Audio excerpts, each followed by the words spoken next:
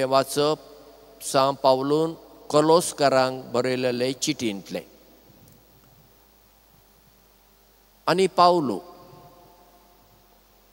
कोलोसकारांक परबीं दिता, तांचे पासत देवाक आर्गां दिता. कित्याक कोलोसकारांनी जेजूची बरी खबर पावलूचो वांगडी एपॉफ्रास ताचे कडल्यान घेतलेली आनी तांणी ती फकत मानून घेवना, ती जेजूची शिकोवण जियेले देखून पावलू तांकां परबीं दिता. आतां तुमचे मदलीं सगळीं न्हय तर जाल्यार थोडीं तरी सदां मिसाक येतात. कितलें तुमकां देवाचें उतर आयकूंक मेळटा. घडये तुमी घरा देवाचें उतर वाचता आसतलीं आनी ह्यो हांगा माद्री आसात, तांकां तरी आनी सुबेज मेळटा. कित्याक मागीर तांकां नियाळ आसता, वर्साक रेतीर आसता आनी घरांत मागणें रजार आसता. पूण हाचो सगळ्याचो फळ आमच्या जिवितांत दिसूं नाका. आमचें जिवीत जर बदलना, तें तशेंच उरता, तर मागीर तें खडपाचेर उदक न्हय. खडपाचेर तूं कितलेंय उदक घाल, तें खडपाच्या भितर वचना, तें व्हांवून सकयल वेता. देखून कोण खडपाचेर झाडां लायता, लायना न्हय, मातयेंत लायता.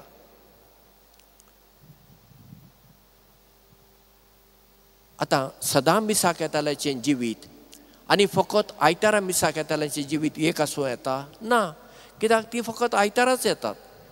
आनी थोडो लोक आसा तो वर्साक एक फावटी येता वा 2 फावटी येता. तर तांचें जिवीत, आयतारा येताल्याचें जिवीत आनी सदां मिसाक येताल्याचें जिवीत एकूच ना. फरक आसूंक जाय. कित्याक तितलो आमकां देवाचो मोग मेळ्ळा, देवाच्या उतराची म्हायती मेळ्ळा, देवाचें उतर आमी आयकलां, नियाळ्ळां. पळया, सकाळीं आमकां पदेर पांव घेवन येता, उंडे घेवन येता न्हू. त्या पदेर जो उंडे बसता ताच्या हाताक कसलो वास मारता? उंड्याचो. आनी रेंदेर सूर काडटा, ताच्या हाताक कसलो वास मारतलो? सुरेचो. गोड विकतल्यांच्या हाताक गोडाचो वास, नुस्तें मासली विकतल्यांच्या हाताक मासलेचो वास, खारें विकतल्यांच्या हाताक खाऱ्याचो वास, दूद विकतल्यांच्या हाताक दुदाचो वास, फुलां विकतल्यांच्या हाताक फुलांचो वास, शेतकाराच्या हाताक मातयेचो वास, नाजाल्यार भाताचो वास, नाजाल्यार तांदळाचो वास, तेल विकतल्याच्या हाताक तेलाचो वास, सोरो विकतल्याच्या हाताक सोऱ्याचो वास. हें आमी जाणा. तर आमकां कसलो वास मारूंक जाय जे आमी चेर मारून येता तो? आमकां वास मारूंक जाय जेजूचो. कित्याक आमी जेजूची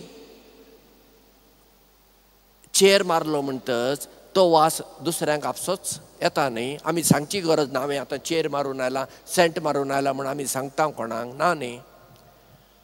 तर म्हज्या जिवितांत जेजू आसा, ताचो प्रभाव पडला, तो आपसोच दुसऱ्यांक वचूंक जाय न्हू. तर तसलीं मनशां आमी जाल्या वय? भोव थोडीं. कित्याक आमी आमच्याच वाद्याची. आमकां कोणेंय कितें सांगलें आयकूंक तयार ना. सांव पावलू कोलोसकारांक म्हणटा, तुमी एपॉफ्राचें उतर ताणें सांगलेलें आयकलें, तुमी तांणी मानून घेतलें. इगर्जेन पाद्री आमी कितले लोकांक सांगता, आमी कितें वायट सांगता तुमकां? आमी तुमकां गाळी घालता, पोजडी उतरां वापरता, कितें बरें सांगता न्ही. पूण लोक खंय आयकता? आयकना. कित्याक तें आयकूंक मन ना. आमी आपलेपणान जियेता विथ इगो. ताका इंग्लिशेन इगो म्हणटा, कोंकणीन म्हणटा आमी अहंकार. म्हाका तूं नाका, लागीं नाका, तुजो वासूच म्हाका नाका. पण अशें आमी जियेता. आनी अशें आमी जियेतना आमचे थंय क्रिस्त ना. आमच्यान आमी क्रिस्तांव म्हणूंक जायना. आयचें दुसरें वाचप आमी आयकलें. जेजू कफेर्नावांतान सिमोनाच्या घरा गेलो आनी थंय शिमांवाची सासूमाय तिका जोर आयलेलो. जेजू तिका तिच्या हाताक धरून तिका उठयता आनी तिका बरी करता आनी ती रोखडीच तांची सेवा करता. ती म्हणना आतां इतले दीस हांव जोरान आसलेली, आतां मातसो विसव घेता. ना, ती रोखडीच तांची सेवा करता. आनी लोकांच्या वांजेलांत आमी आयकलें, दीस धारेर पडलेलो, सांज जाल्ली, आमोरेचो वेळ, कितलोसोच लोक आयलो जेजू लागीं आनी एक एकल्याचेर जेजून हात दवरून तांकां बरी केली. खंय म्हणजे जेजूक दुसऱ्यांचो हुस्को आसलो. जेजून म्हणलें ना, म्हजे लागीं तुमी येवं नाकात, म्हाका तुमचो वास नाका, हांव एकटो कुशीन रावतां. इगर्जेन पळय आमी पळय कशे कुशीन बसतात पळय एक एकले, तसो हांव कुशीन बसतां ह्या घरान, म्हजे लागीं कोणें येवप नाका अशें म्हणलें जेजून. ना, तांच्या सगळ्यांचेर हात दवरून ताणें बरी केली. आनी फुडें मागीर लोक म्हणटा, जेजू कडेन तांणी मागलें खंय, तूं आमच्या गांवांत राव.